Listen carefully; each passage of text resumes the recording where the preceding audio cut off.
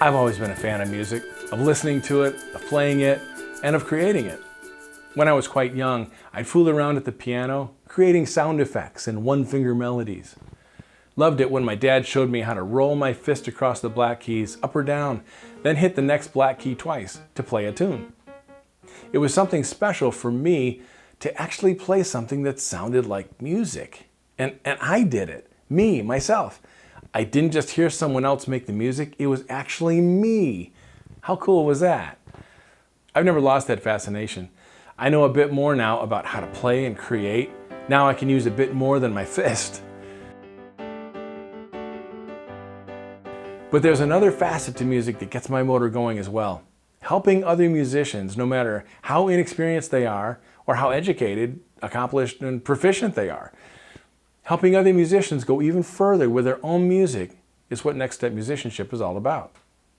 It's pretty easy to look at other groups and think, if we only had a lead guitar player who could play like them, we could really do stuff.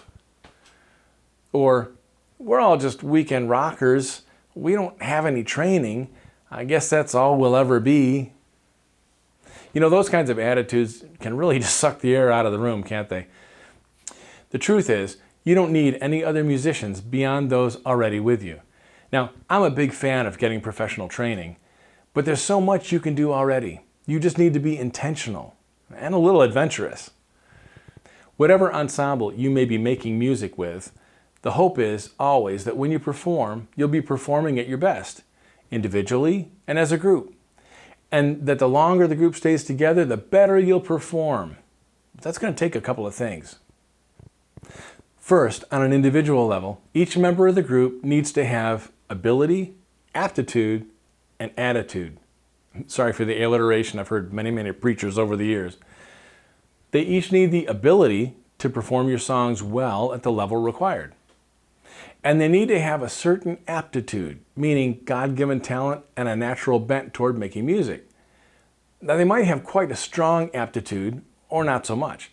Those with a stronger aptitude will be able to play and sing more easily and less effort. And in the long run, they'll most likely be able to perform more advanced levels of music. But even if you don't feel like you're particularly talented, you can absolutely hone your skills, no matter what level you're starting at. And as you do, you may find you have more of a natural aptitude for music than you thought. And the most important of these three prerequisites, in my opinion, is attitude, meaning teachability and responsiveness to direction. If I've got a great player with a self-centered attitude, or they're lazy, or they're sarcastic all the time, I'll be exhausted after working with them. But if I have a player willing to dive in, even though they aren't the most developed player, even if basic things still trip them up, I'll take that player every time. Attitude is huge. So each group member needs to have ability, aptitude, and a good attitude. But what does the group need as a whole? Well, the group needs a clear end goal for each performance. What would success look like? If it's a concert, maybe it's the crowd calling for an encore. If it's a recording, maybe it's garnering more listeners than ever before. If it's playing for another organization, the end goal is going to be up to them. If it's leading worship in a church, maybe it's the heartfelt thanks from the pastor or the parishioners for helping them worship. What's the goal of spending your time and your musical effort together? As well, the group needs to listen to each other. Beyond the individual responsibility to play in tune and play at the same tempo as everyone else, what I mean is, each group member needs to listen to the rest of the group for where the emotion of the song is going. Are you all pulling on the oars together in the same direction? Are you building energy at the same time as everyone else? Are you getting quiet and reflective when the song seems to need it? And are you all on board?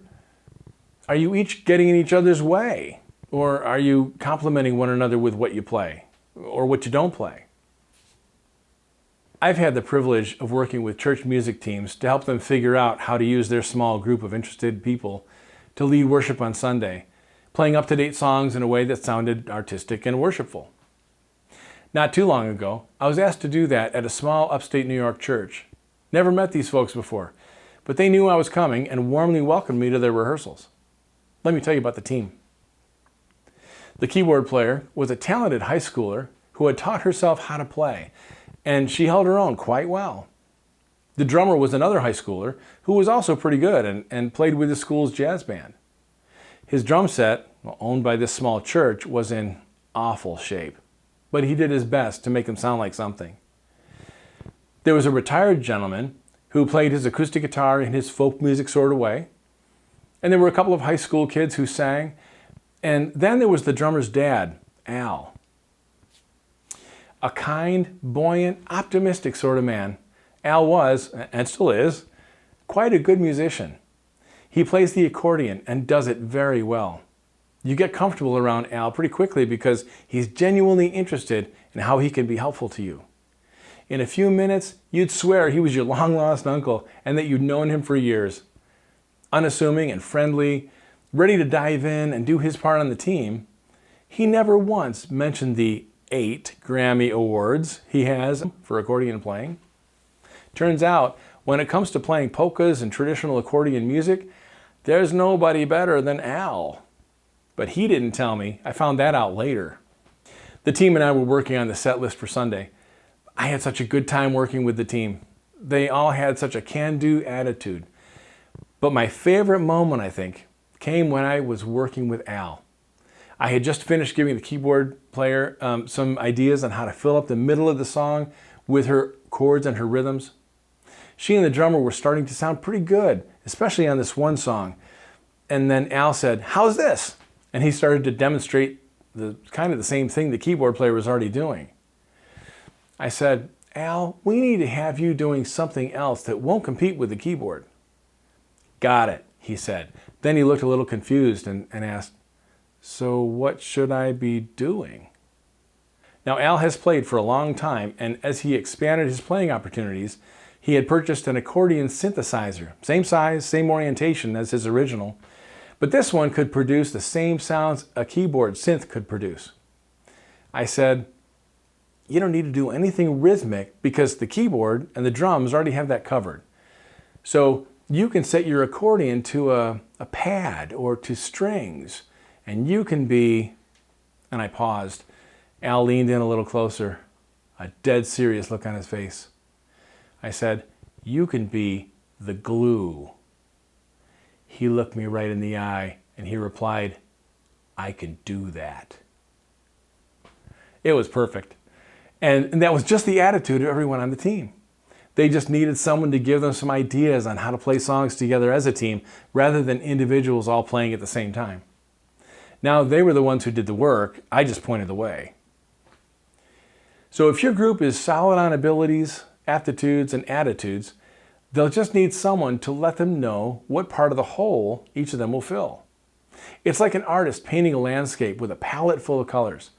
The artist knows that there will be paint left over when they're done, and they might run out of some of the colors. But as the canvas becomes covered, first with foundational structures for the background, then progressing forward toward the viewer, they're constantly asking, "What does this painting need?" Or, "What fun stuff can I put in here just because I can?" Now, this person in your group doesn't have to be an accomplished music director. It just needs to be someone who can make decisions and help each musician contribute. This leader will become more capable every time they do this. I would recommend watching our recent video, The 100% Rule, as soon as possible. You'll find some helpful principles there. Maybe you're in a duo and your palette consists of 2 guitars, 2 voices, and 20 fingers. Or maybe a mandolin and an upright bass, or a piano and a harmonica. Or let's go bigger. How about a full marching band? A symphony orchestra? Or maybe a 120 voice choir? No matter what the size, makeup, or professional ability of the group you're performing with, to make the most out of your music, you need to take stock of who you've got. Then imagine how to use your musical palette to create, to refine, to present your songs. And I hope you find as great joy as me as you lead and paint. Thanks for watching, and I'll see you in the next video.